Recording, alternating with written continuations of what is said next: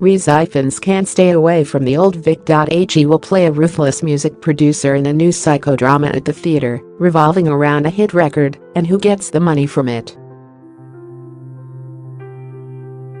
It will be Ifans' third consecutive Old Vic appearance, following his performance as the fool in King Lear, opposite Glenda Jackson in the title role, and his present run as Ebenezer Scrooge in A Christmas Carol.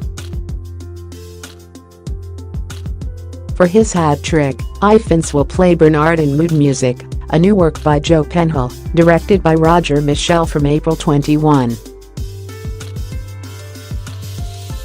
The playwright was delighted about Ifans signing on.The band's back together, he quipped, in reference to the 2004 film Enduring Love which he wrote, Michell directed and Ifans appeared in.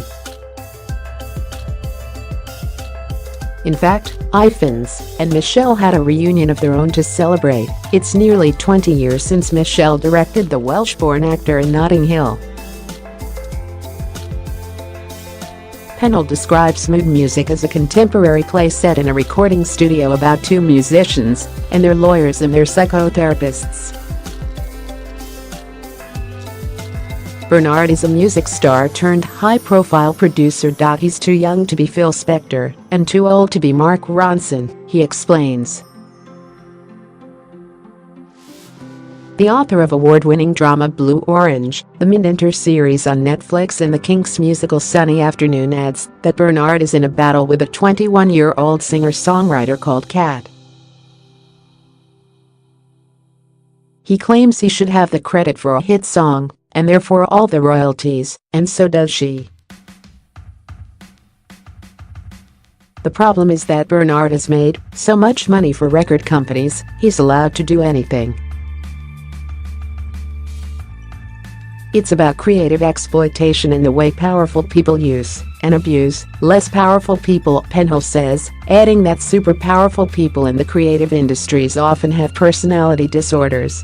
Although he is wary of the play being associated with current predatory abuse stories, it's not directly about that at all. Michell will resume casting the other roles next month. Rehearsals start in March.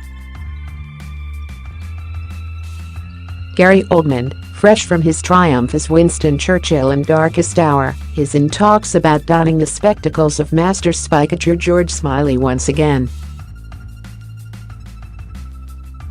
Oldman played Smiley in the film version of John le Carre's Tinker Tailor Soldier Spy, which was released in 2011.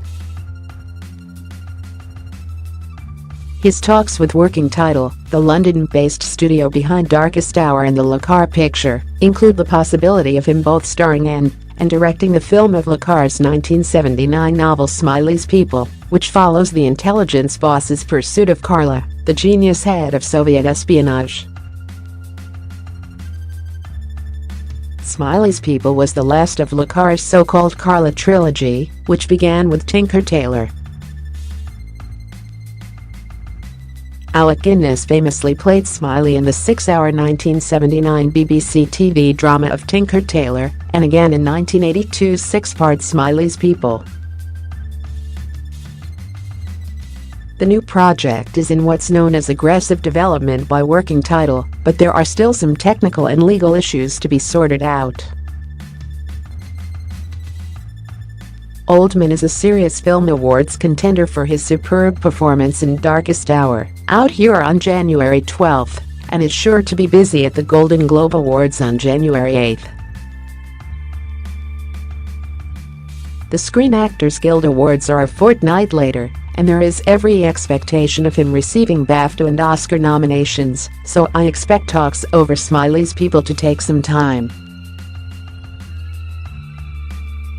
Working title have other stars up for trophies too: Judi Dench's Empress of India in Victoria and Abdul, and Ansel Elgort in Baby Driver, a working title co-production.